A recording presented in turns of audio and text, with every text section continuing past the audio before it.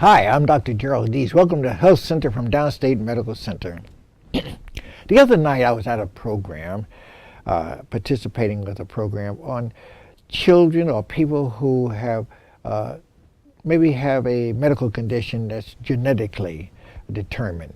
So I was at this program, and this young man got up, and he didn't have sickle cell anemia or any of these other things that people were telling about their children and things like this, but I found out his name was Keith Richards because he got up and he did a rap, or not a rap, a poem that really was just fantastic. And so after I saw that, I said, man, now here this young man had to be born with a condition that didn't stop him in his tracks. That's the thing. Didn't stop him in his tracks, because he has got some voice and got some words that God put in for here for a purpose to share the light of day on so many other people. And to the point where, you know, I receive awards. I was there to receive an award that day from children with diabetes. She gave me this wonderful award, and I gave it to Keith. I sent it to Keith because I said, anybody that has beat a genetic situation that could maybe shorten your life or anything like that, but this wasn't going to shorten his life. Not at this point either, because I expect him to be sitting here at 80 years old talking about it. So, but I was so impressed with his abilities that I gave him my award. And so I want to welcome you, Keith. Thank you. Keith Richards. It's an honor. Yeah. Well, I tell you, it was an honor to meet you that night. You know, because. Maybe just before we get into this, you just talk a little bit about your condition, maybe medical condition, so people have an understanding of what Certainly. it was. Mm-hmm. All right. Well, the name of my condition is called von Hippel-Lindau disease, Okay. VHL for short. It's named after the two doctors that discovered it, Dr. von Hippel and Dr. Lindau. Right. And basically the way that it works is it is a genetic condition that manifests itself in different tumors that can pop up in many various spots Right. on the body, and spots and tumors that can happen. And as a result, my family, I got it passed down from my maternal grandfather. He died before I was born. Right. Of a brain tumor. I see. And I had an uncle that passed away. My aunt Laverne passed away. My mother, Kathleen, it did her in also. I see. Mm-hmm. Yeah. So, right. and I've had two major brain surgeries and one minor one.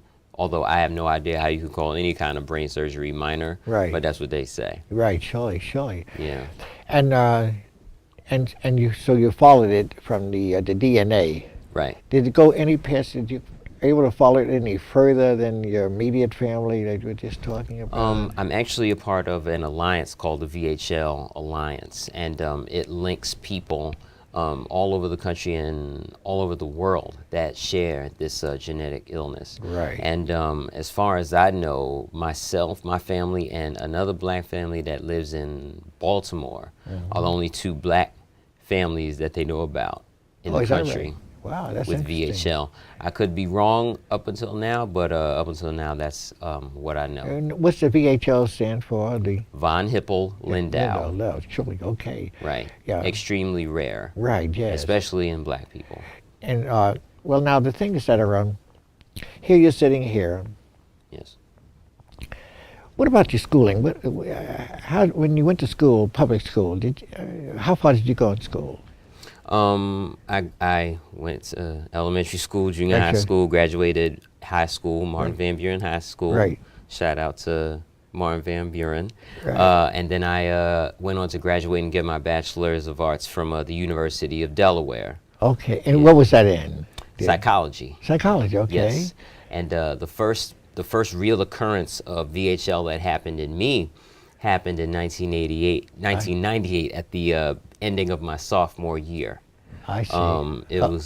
It's all documented in a song that I wrote, but I'll share that with you a little bit later.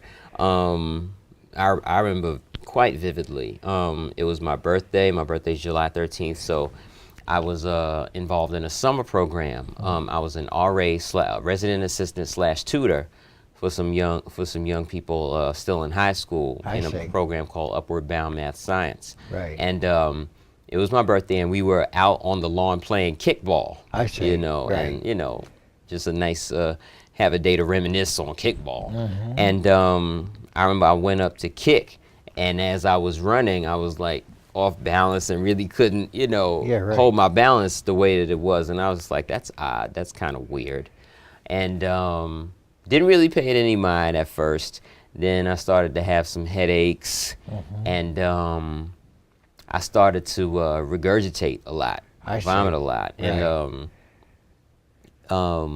and as a result, it just progressed and progressed to the point where I was just really feeling some type of way, miserable. And how old were you then? I had just turned 19. Actually, right, okay. And it had persisted and persisted after the program was over. I came back home to New York, and I told my mother and my father and my sister what was going on with me, and all this time had gone by, and it never occurred to me that I may have VHL. Meanwhile, my mother had been through numerous surgeries by then. Oh, I see. Yeah. And she knew she had it? Yes, absolutely. Right. Her and my auntie. I see. So, and one day my mother just got really sad, overwhelmed, and started to cry because of what was going on with me. Yes, She didn't like seeing me sick or in any kind of pain, like your typical mother. Yeah, right. And one day, my sister just walked up to me and said, "Mommy's crying because she thinks you have VHL." And big light bulb just went off in my head. Oh, I see. And finally, it was the day of a barbecue that we had at the house. And, our barbecues were pretty well known in our family. I see, right. But, so I sat in the garage during the barbecue just playing music. That way I could just be to myself. Right, sure. And it must have been Father's intuition, because my father just came to me and just put his hand on my shoulder and said, "Keith, are you okay?" And I just shook my head, and he was like, "Come on, let's go." And he put my arm around him and just walked me to the house. Right. And I just spent the rest of the barbecue in my bed. But what happened was, as a result, everybody saw my father walk me to the house, and everybody's upset. Now, the one thing I didn't want to happen happened. I didn't want everybody making a fuss over me and just, messing up their good time. Yes. So I must have got like 15, 20 visitors throughout the rest of the day coming up to my room.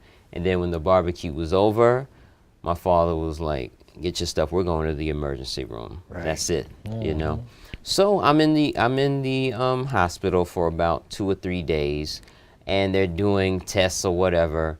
And at first they say that it's a viral infection of some sort. And they were about to release me and deal with me on an outpatient basis. Right. But my mother was like, "I don't want him to leave this place without getting an MRI of his head, because he's been having headaches and I have VHL." Oh. So I told my mother when I came home from the hospital that she saved my life, Yeah. But and they were like, "All right, fine, whatever, we'll take the MRI." Isn't that something? I mean, they didn't get any history other than here's just another person with some kind of symptoms or something like that. And it could miss the whole boat, just by being. I'm having headaches, and it never occurs to them to check in my head. Yeah, that's right, Yes. I say it in my song. I guess that's why they call it practicing medicine. Right, oh yeah, sure. And history is so important.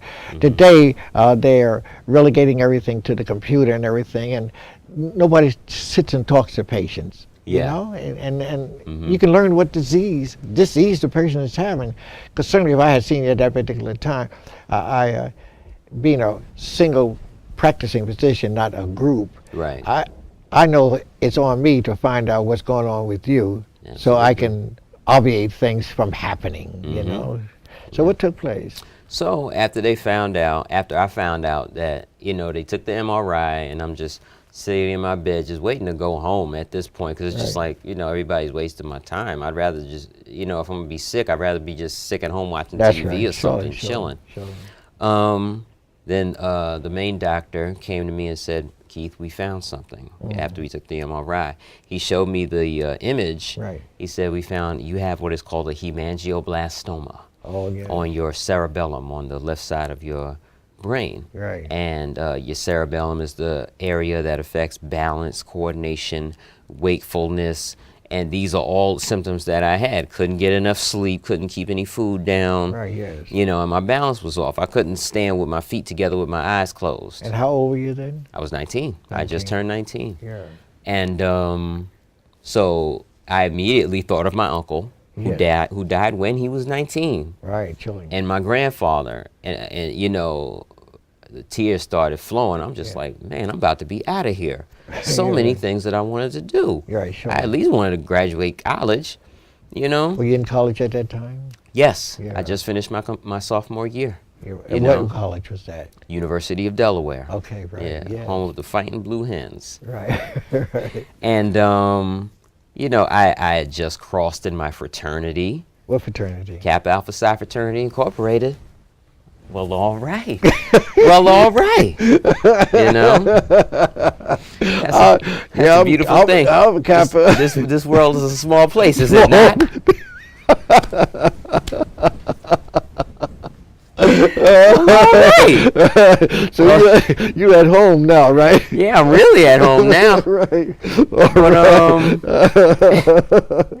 because I wanted to get active in my fraternity. Before you are talking a little further, with that handshake we just did, nobody recognized, but we do recognize it by a handshake, right? Absolutely. Okay. Oh, yes. If I didn't give you the handshake, you say you're jiving. Yeah, you're shucking and jiving. Shucking and jiving, right. Go ahead. Well, anyhow, I wanted to get active in my fraternity on my college campus. Yeah.